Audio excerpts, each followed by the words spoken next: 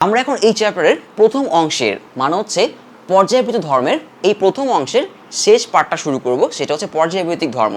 কিছু পর্যায়বৃত্তিক ধর্ম বা পিরিয়ডিক প্রপার্টি আছে, যেসব প্রপার্টি হচ্ছে পর্যায়ক্রমে হ্রাস পায় বা হচ্ছে বৃদ্ধি পায়। মানে তুমি লেফট থেকে রাইটে গেলে হয়তো এটা কি হতে পারে, ইনক্রিজ হতে পারে অথবা ডিক্রিজ হতে পারে। উপর থেকে নিচে গেলে ইনক্রিজ অথবা ডিক্রিজ হতে পারে। একদম প্রথমে আমরা যেটা পড়বো সেটা হচ্ছে অ্যাটমিক সাইজ মানে পরমাণুর আকার। এরপরে যাবো হচ্ছে আয়নীকরণ শক্তি মানে আয়োনাইজেশন এনার্জি। এরপর হচ্ছে ইলেকট্রন অ্যাফিনিটি মানে ইলেকট্রন আসক্তি।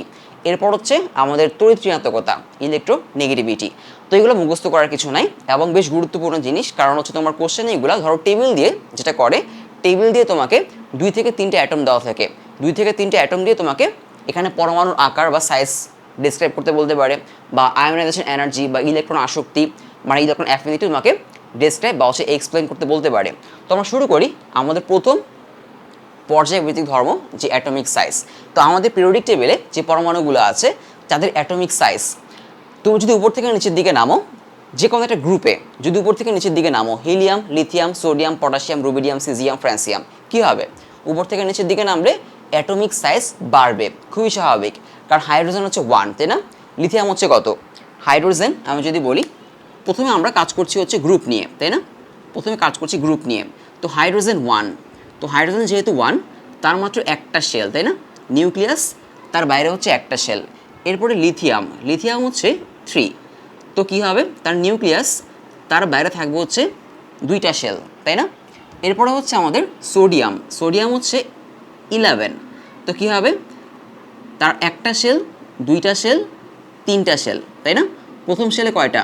2টা ইলেকট্রন, তারপরে শেলে থাকবে হচ্ছে 8টা ইলেকট্রন, তারপরে শেলে হচ্ছে একটা ইলেকট্রন। তো তার সাইজ কী হবে?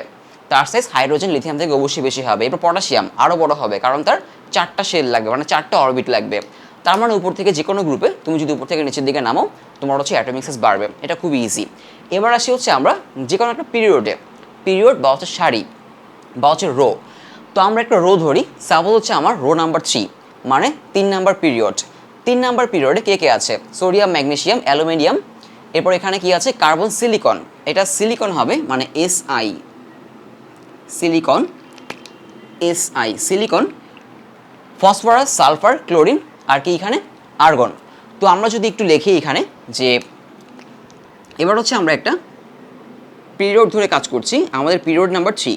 প্রথমে কি আছে? সোডিয়াম, তারপর হচ্ছে ম্যাগনেসিয়াম, অ্যালুমিনিয়াম, অ্যালুমিনিয়াম, তারপর হচ্ছে সিলিকন, ফসফরাস, সালফার, এরপর হচ্ছে ক্লোরিন, এরপর হচ্ছে আর্গন। তো একটা পিরিয়ডে বা হচ্ছে একটা রোতে অ্যাটমিক সাইজ কী হবে? এই পাশ থেকে এদিকে গেলে কি অ্যাটমিক সাইজ বাড়বে নাকি কমবে? তো প্রথমেই ম্যাক্সিমাম স্টুডেন্ট যেটা বলে যে এটা হচ্ছে লেফট সাইডে, আমাদের লেফট থেকে রাইটে গেলে অ্যাটমিক সাইজ বাড়বে। কারণ হচ্ছে মানে ম্যাক্সিমাম স্টুডেন্ট এটা বলে আর কি, যে কারণ সোডিয়াম কি? সোডিয়াম হচ্ছে 11, ম্যাগনেসিয়াম 12 মানে তার 12টা ইলেকট্রন, অ্যালুমিনিয়াম 13টা ইলেকট্রন, সিলিকন 14টা, ফসফরাস কি 15, সালফার 16, তাই না?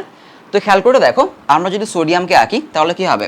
এই যে nucleus, first shell, second shell, third shell, তাই না? সোডিয়াম, তো ফার্স্ট শেলে কয়টা ইলেকট্রন? 2টা, তারপরে শেলে কয়টা থাকবে? 8টা, তারপরে শেলে একটা। এবার যদি ম্যাগনেসিয়ামে যাই, ম্যাগনেসিয়ামে nucleus, first shell, second shell, third shell, তাই না? তো যেটা হবে, প্রথম শেলে 2টা ইলেকট্রন, তারপরে শেলে 8টা, তারপরে শেলে কয়টা? 2টা, ক্লিয়ার? এরপর যদি অ্যালুমিনিয়ামে যাও, অ্যালুমিনিয়ামে nucleus, first shell, second shell, third shell. তো প্রথম শেলে কয়টা থাকবে? প্রথম শেলে 2টা, তারপরে শেলে থাকবে হচ্ছে 8টা, তারপরে শেলে 3টা। আচ্ছা, এখন যত আমরা ওইদিকে যাবো, সাপোজ ধরো আমি মাঝখানেগুলো না আঁকে জাস্ট ক্লোরিনটা আঁকি, বাকিগুলো তোমরা পারবা। যেমন ক্লোরিন 1টা, 2টা, 3টা। তো এখানে প্রথম শেলে কয়টা? তার প্রথম শেলে হচ্ছে 2টা, 1 2 3 4 5 6 7 8, পরের শেলে 1 2 3 4 5 6, লাস্ট শেলে 7টা। আর আর্গনের লাস্ট শেলে কী থাকবে? 8টা থাকবে। এখন খেয়াল করে দেখো, যত এদিকে যাচ্ছি মানে আমরা হচ্ছে পিরিয়ডিক টেবিলের লেফট থেকে রাইটে যাচ্ছি, লেফট থেকে রাইটে যাচ্ছি। কি হচ্ছে? একটা স্পেসিফিক পিরিয়ডে যখন আমি লেফট থেকে রাইটে যাচ্ছি, আমার ইলেকট্রন নাম্বার বাড়ছে, কিন্তু অরবিট কিন্তু বাড়ছে না, তাই না? এখানে কয়টা অরবিট? 3টা অরবিট, 3টা অরবিট, 3টা অরবিট, সব জায়গায় 3টা অরবিট। এই জন্যই কিন্তু তার পিরিয়ড নাম্বার কত? 3। তো সবারই কয়টা অরবিট করে? 3টা করে অরবিট। এখন সাইজের ক্ষেত্রে কী হবে? খেয়াল করে দেখো, এখানে কিন্তু 11টা ইলেকট্রন, তাই না? 11 ইলেকট্রন আর হচ্ছে 11 প্রোটন। এখানে হচ্ছে 12টা ইলেকট্রন, 12টা কি প্রোটন, 13টা ইলেকট্রন, 13টা কি থাকবে প্রোটন, তারপর 14টা ইলেকট্রন, 14টা প্রোটন। এখানে 17 ইলেকট্রন, 17 কি প্রোটন। এখন সবারই অরবিট কি, সবারই অরবিট সমান, ইলেকট্রন প্রোটন কি হচ্ছে, যত এদিকে যাচ্ছে ইলেকট্রন প্রোটন বাড়ছে, তাই না? তো অ্যাটমিক সাইজ একটা পিরিয়ডে, অ্যাটমিক সাইজ সবচেয়ে বড় হবে হচ্ছে একদম লেফটে যে আছে তার অ্যাটমিক সাইজ সবচেয়ে বড় হবে। মানে একটা পিরিয়ডে যার ইলেকট্রন প্রোটন নাম্বার সবচেয়ে কম, যার ইলেকট্রন প্রোটন নাম্বার সবচেয়ে কম, তার অ্যাটমিক সাইজ সবচেয়ে বড় হবে। তার মানে এখানে সোডিয়ামের সাইজ সবচেয়ে বড়, সোডিয়াম সবচেয়ে বড়, তারপরে ম্যাগনেসিয়াম, তারপরে অ্যালুমিনিয়াম, তারপরে সিলিকন, তারপরে কে থাকবে ফসফরাস, তারপরে সালফার, তারপরে ক্লোরিন, তারপর হচ্ছে আর্গন। এর কারণটা কি? কারণটা হচ্ছে এখানে orbit number same, so orbit নিয়ে আমাদের কোনো কথা নেই। এরপর হচ্ছে ইলেকট্রন প্রোটন, যত এদিকে যাচ্ছি ইলেকট্রন প্রোটন বাড়ছে। তো ইলেকট্রন প্রোটনের মধ্যে কি হয়? অ্যাট্রাকশন বা হচ্ছে আকর্ষণ, কারণ ইলেকট্রন হচ্ছে আমাদের নেগেটিভ চার্জ আর প্রোটন হচ্ছে আমাদের পজিটিভ চার্জ। তো এদের মধ্যে অ্যাট্রাকশন হলে যেটা হয়, এরা স্কুইজ হয়ে যায়, স্কুইজ হয়ে তারা আকৃতি ছোট হয়ে যায়। তো এখানে আমার 11টা ইলেকট্রন 11টা প্রোটনের মধ্যে অ্যাট্রাকশন ফোর্স কিন্তু কম, এখান থেকে এখানে অ্যাট্রাকশন ফোর্স একটু বেশি, এখান থেকে এখানে অ্যাট্রাকশন ফোর্স আরও বেশি, তাই না? যত এদিকে যাচ্ছি এটার অ্যাট্রাকশন ফোর্স মানে ইলেকট্রন আর প্রোটনের মধ্যে অ্যাট্রাকশন ফোর্সটা কী হয়ে যাচ্ছে? বেড়ে যাচ্ছে, আস্তে আস্তে ছোট হয়ে যাচ্ছে। তার মানে একটা পিরিয়ডে যত আমি লেফট থেকে রাইটে যাব তত কী হবে? ছোট হবে। তার মানে যে কোনো একটা পিরিয়ডে এমসিকিউ আসতে পারে, যে কোনো একটা পিরিয়ডে সবচেয়ে বড় অ্যাটম কোনটা, যে গ্রুপ নাম্বার 1-এ থাকবে। যেমন এই 4 নাম্বার পিরিয়ডে, 4 নাম্বার পিরিয়ডে সবচেয়ে বড় অ্যাটম হচ্ছে আমাদের এই পটাশিয়াম, এইটা ক্লিয়ার? যত এদিকে যাব কী হতে থাকবে? ছোট হতে থাকবে। এটা হচ্ছে আমাদের অ্যাটমিক সাইজ। তো অ্যাটমিক সাইজে আমাদের আরও দুটো জিনিস পড়তে হবে, তোমরা যদি নিজেরাই পড়ে নিতে পারবা, তাই আমি বলে দিচ্ছি। একটা হচ্ছে আমাদের কোভ্যালেন্ট রেডিয়াস, কী পড়তে হবে? একটা হচ্ছে আমাদের কোভ্যালেন্ট রেডিয়াস।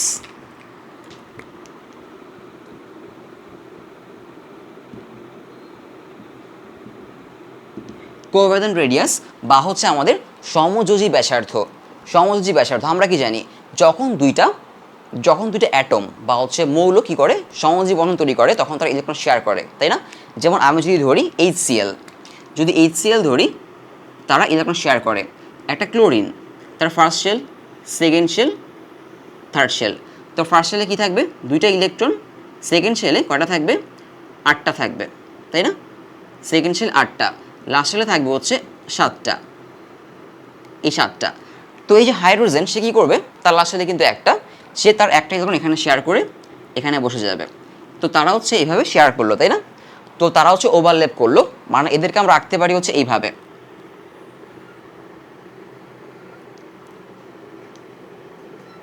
এভাবে রাখতে পারি, তাই না? তো HCl তারা যখন ইলেকট্রন শেয়ার করলো, তাদের শেয়ার করার ইলেকট্রনগুলো কোথায় আছে? এখানে আছে। তো তাদের এই কোভ্যালেন্ট রেডিয়াস কী হবে? কোভ্যালেন্ট রেডিয়াস হচ্ছে, তুমি যেটা করবা, এই যে অ্যাটম তার নিউক্লিয়াসে তুমি জয়েন করো, জয়েন করে একদম মাঝখান দিয়ে একটা দাগ দাও, এটা হচ্ছে ওদের কোভ্যালেন্ট রেডিয়াস। তার মানে কি হচ্ছে আলটিমেটলি? কোভ্যালেন্ট রেডিয়াস কিন্তু একটা অ্যাটমের নর্মাল রেডিয়াস থেকে ছোট হচ্ছে। কারণ খেয়াল করে দেখো, এটা কিন্তু দুইটা অ্যাটম যে ওভারল্যাপ করলো তার একদম মাঝখান দিয়ে গেল, তাই না? তো এটা যদি হাইড্রোজেন অ্যাটম হয়, তাহলে তার রেডিয়াস কিন্তু এতটুকু, তাই না? হাইড্রোজেন অ্যাটমের রেডিয়াস কিন্তু এতটুকু, কিন্তু এটা একদম মাঝখান দিয়ে গেল। তাহলে এতটুকু হচ্ছে তার কি? কোভ্যালেন্ট বা সমযোজী ব্যাসার্ধ। কোভ্যালেন্ট রেডিয়াস বা হচ্ছে সমযোজী ব্যাসার্ধ। এটা হচ্ছে ক্লোরিনের কোভ্যালেন্ট রেডিয়াস বা হচ্ছে তার সমযোজী ব্যাসার্ধ। তার মানে কোনো পরমাণু যখন সমযোজী ব্যাসার্ধ তৈরি করে, তাদের সমযোজী ব্যাসার্ধ বা হচ্ছে কোভ্যালেন্ট রেডিয়াস, সেই পরমাণুর কি হয়? নর্মাল যে ব্যাসার্ধ তার থেকে কম হয়। ক্লিয়ার? তো এইটুকু জানলেই চলবে। বইতে আরও অনেক ব্যাসার্ধ দেওয়া আছে, কিছু ব্যাসার্ধ দেওয়া আছে, ওগুলো মুখস্থ করার দরকার নেই। আলটিমেটলি জাস্ট ডেফিনেশন আর জিনিসটা জানলেই চলবে, এমসিকিউতে কাজে লাগবে। এরপর হচ্ছে তোমার ধাতব ব্যাসার্ধ বা হচ্ছে মেটালিক রেডিয়াস। সেটা কি হবে আমি একটু এখানে দেখাই। ধাতব ব্যাসার্ধ বা হচ্ছে মেটালিক রেডিয়াস, এটাকে লিখব হচ্ছে আমি মেটালিক রেডিয়াস। ধাতব ব্যাসার্ধ বা হচ্ছে মেটালিক রেডিয়াস। তো দুইটা পরমাণু যখন ধাতব বন্ধনে বা হচ্ছে মেটালিক বন্ডে আবদ্ধ থাকে, তখন তারা কিন্তু এরকম শেয়ার করার অবস্থা থাকে না, তারা থাকে হচ্ছে এইভাবে। এটা যদি একটা অ্যাটম হয়, এটা হচ্ছে আরেকটা অ্যাটম, তারা একদম একজনের গায়ের সাথে একজন টাচ লেগে থাকে, একজনের গায়ের সাথে একজন টাচ লেগে থাকে। এখন যদি তুমি এদেরকে নিউক্লিয়াসকে জয়েন করো, এটা হচ্ছে ওদের নিউক্লিয়াস, এবং এই নিউক্লিয়াসগুলোকে আমি জয়েন করলাম। তো জয়েন করে একদম মাঝখান দিয়ে তুমি একটা দাগ দিবা, আমি এখান দিয়ে একটা দাগ দিলাম, ক্লিয়ার? তো দাগ দিলে কি হলো, তাদের নিউক্লিয়াসের যে দূরত্ব সেটাকে আমরা দুই ভাগে ভাগ করে ফেললাম। তো এই যে এতটুকু হচ্ছে কি এই পরমাণুর মেটালিক রেডিয়াস বা ধাতব ব্যাসার্ধ, এটা হচ্ছে এই পরমাণুর মেটালিক রেডিয়াস বা হচ্ছে ধাতব ব্যাসার্ধ। তার মানে কোনো পরমাণুর ধাতব ব্যাসার্ধ কী হয়, ওই পরমাণুর নর্মাল যে ব্যাসার্ধ তার সমানই হয়, তাই না? কারণ ওরা কিন্তু একজন আরেকজন কী করছে না, একজন আরেকজনকে ওভারল্যাপ করছে না, তাই না? একজন আরেকজনকে ওভারল্যাপ করছে না, একদম গায়ে গায়ে লেগে আছে এইভাবে। আর এই সমযোজিতে আর কোভ্যালেন্ট রেডিয়াসে তারা কী করছিল, তারা ওভারল্যাপ করছিল, যার কারণে একদম মাঝখান দিয়ে দাগ দিলে তাদের ব্যাসার্ধ কমে যাচ্ছিল। তো আরেকটা ব্যাসার্ধ আছে, সেটা হচ্ছে আমাদের ভ্যান ডার ওয়াল ব্যাসার্ধ বা হচ্ছে ভ্যান ডার ওয়াল রেডিয়াস। কী রেডিয়াস? ভ্যান ডার ওয়াল রেডিয়াস। তো ভ্যান ডার ওয়াল ফোর্সটা কি? এটা হচ্ছে আমি হয়তো এই যে গ্রুপ নাম্বার 16-এ বলেছিলাম, গ্রুপ নাম্বার 16-এ কি ছিল একটা কোশ্চেন যে H2O হচ্ছে লিকুইড, বাট H2S মানে হাইড্রোজেন সালফার ডাইহাইড্রোজেন বা হচ্ছে মানে সালফারের হাইড্রেট আর কি, আর অক্সিজেনের হাইড্রেট মানে H2 আর হচ্ছে H2S গ্যাস কেন? কারণ তার মধ্যে কি ছিল না, ইলেকট্রোনেগেটিভিটি ছিল না, যার কারণে তার মধ্যে পোলারাইজড মানে প্লাস মাইনাস তৈরি হয়নি, যার কারণে তার মধ্যে কোনো হাইড্রোজেন বন্ধন তৈরি হয় নাই। আর যেসব সমযোজী বন্ধনে হাইড্রোজেন বন্ধন থাকে না তাদের ভ্যান ডার ওয়াল বল থাকে। ভ্যান ডার ওয়াল বল হচ্ছে খুবই দুর্বল একটা বল। তো ভ্যান ডার ওয়াল ব্যাসার্ধটা হচ্ছে এরকম হবে আমাদের, আমি লিখি যে ভ্যান ডার ওয়াল রেডিয়াস, এটা হচ্ছে। তো ভ্যান ডার ওয়াল রেডিয়াস জানার জন্য আমাদের জানতে হবে ভ্যান ডার ওয়াল ফোর্সটা আসলে কি। আমরা এটা আলোচনা করেছিলাম গ্রুপ 16-এ, যেমন H2O আর H2S নিয়ে যখন আমরা আলোচনা করেছিলাম, কোশ্চেনটা ছিল যে H2O হচ্ছে লিকুইড কিন্তু H2S হচ্ছে গ্যাস। কারণটা কি? কারণ ধরো পানি মানে H2O, এটাই নিয়ে যদি আলোচনা করি সেটা হচ্ছে এরকম দেখতে, তাই না? এখন এখানে আমরা একটা জিনিস নিয়ে আলোচনা করেছিলাম যে ইলেকট্রোনেগেটিভিটি বা তড়িৎ ঋণাত্মকতা, যেটা কিনা একটা পর্যায়ক্রমিক ধর্ম, মানে একটা পর্যায়ভিত্তিক ধর্ম বা একটা পিরিয়ডিক প্রপার্টি আর কি। তড়িৎ ঋণাত্মকতা বা ইলেকট্রোনেগেটিভিটি সমযোজী যৌগে বা কোভ্যালেন্ট বন্ডে কোনো একটা এলিমেন্টের ইলেকট্রন অ্যাট্রাকশন করার যে ক্ষমতা বা যে পাওয়ার, অবশ্যই সেটা কি বলতে হবে, সমযোজী যৌগ মানে হচ্ছে কোভ্যালেন্ট বন্ডে ইলেকট্রন অ্যাট্রাকশন করার যে ক্ষমতা বা যে পাওয়ার, সেটাকে আমরা বলি ইলেকট্রোনেগেটিভিটি। তো লেফট থেকে রাইটের দিকে তুমি যদি যাও তাহলে ইলেকট্রোনেগেটিভিটি বাড়ে, লেফট থেকে রাইটে গেলে ইলেকট্রোনেগেটিভিটি বাড়বে। তো অক্সিজেন তার ইলেকট্রোনেগেটিভিটি হচ্ছে 3.5, কত? 3.5, আর হাইড্রোজেন হচ্ছে 2.1। তাহলে ডিফারেন্সটা কত? 3.5 মাইনাস 2.1 মানে হচ্ছে 1.4-এর মতো। অক্সিজেন আর হাইড্রোজেনের ইলেকট্রোনেগেটিভিটি ডিফারেন্স হচ্ছে কত? 1.4-এর মতো, যেটা কিনা 0.5 থেকে অনেক বেশি, তাই না? 0.5 থেকে অনেক বেশি। 0.5 থেকে যদি বেশি হয় তাহলে যেটা হবে তাদের মধ্যে পোলারাইজেশন হবে। তো পোলারাইজেশন মানে আসলে কি ছিল? তো এদের মধ্যে যে কোভ্যালেন্ট বন্ডটা আছে, এই কোভ্যালেন্ট বন্ডে কিন্তু দুটো ইলেকট্রন আছে, তাই না? দুইটা, একটা অক্সিজেনের একটা হাইড্রোজেনের, এখানে একটা অক্সিজেনের একটা হাইড্রোজেনের। এবং এই যে ইলেকট্রন, কোভ্যালেন্ট বন্ডের যে ইলেকট্রন, তারা হচ্ছে অক্সিজেনের দিকে বেশি পরিমাণে চলে যাবে, কারণ কি? তার ইলেকট্রোনেগেটিভিটি বেশি। অ্যাজ এ রেজাল্ট অক্সিজেন কী হয়ে যাবে? অক্সিজেন নেগেটিভ চার্জ হয়ে যাবে আর হাইড্রোজেন পজিটিভলি চার্জ হয়ে যাবে, এরকম। ক্লিয়ার? তো এরকম এটা হচ্ছে একটা H2O। তাহলে আমি যদি আরেকটা H2O এর পাশে আঁকি তাহলে কী হবে? মানে এই যে একটা H2O, আর যদি এখানে আমি এরকম আরেকটা H2O আঁকি, খেয়াল করে দেখো, আরেকটা H2O, এই H2ওর অক্সিজেনটা কি থাকবে? সেও থাকবে নেগেটিভ, আর হাইড্রোজেন হবে কি? পজিটিভ, তাই না? পজিটিভ। এবং এই যে হাইড্রোজেন পজিটিভ আর অক্সিজেন নেগেটিভ, এদের মাঝখানে একটা অ্যাট্রাকশন ফোর্স কাজ করবে, এবং এটাকে আমরা কি বলতাম? Hydrogen bond. এটি আমরা পড়েছিলাম গ্রুপ 16-এ, তাই না? এই হাইড্রোজেন বন্ডের জন্য H2O হবে হচ্ছে কি? লিকুইড। তার মানে H2O লিকুইড হয় কারণ হচ্ছে H2ওর মধ্যে পোলারাইজেশন হয়, এবং H2O হচ্ছে একটা পোলার কম্পাউন্ড। কি কম্পাউন্ড? পোলার কম্পাউন্ড। এটাকে বলে পোলার কম্পাউন্ড বা হচ্ছে বাংলাতে পোলার যৌগ বলে আর কি।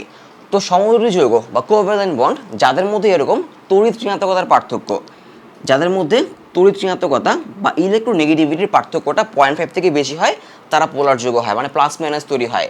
কিন্তু H2S এখানে কিন্তু প্লাস মাইনাস তৈরি হয় না, মানে সে কোনো পোলার যৌগ না।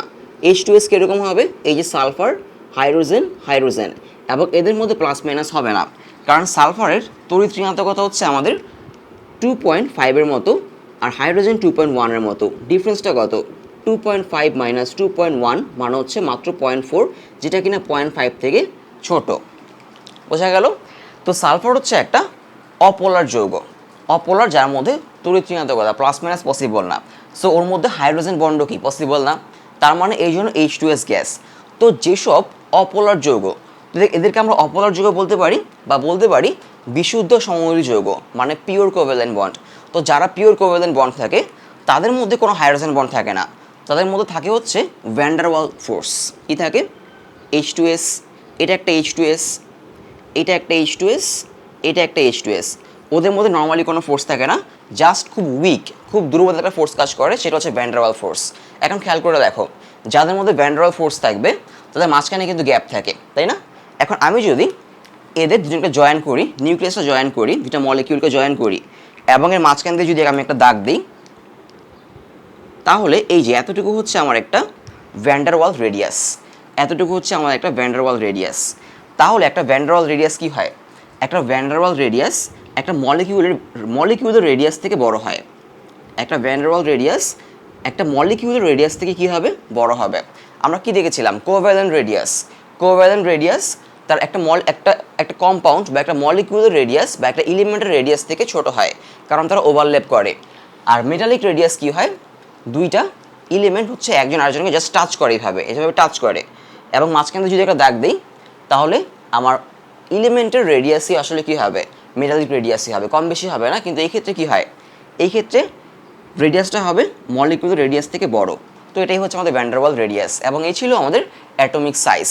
যে কোনো একটা পিরিয়ডে যদি আমরা লেফট থেকে রাইটে যাই, অ্যাটমিক সাইজ কী হয়ে যায়? কমে যায়, আর উপর থেকে নিচের দিকে নামলে অ্যাটমিক সাইজ বাড়ে।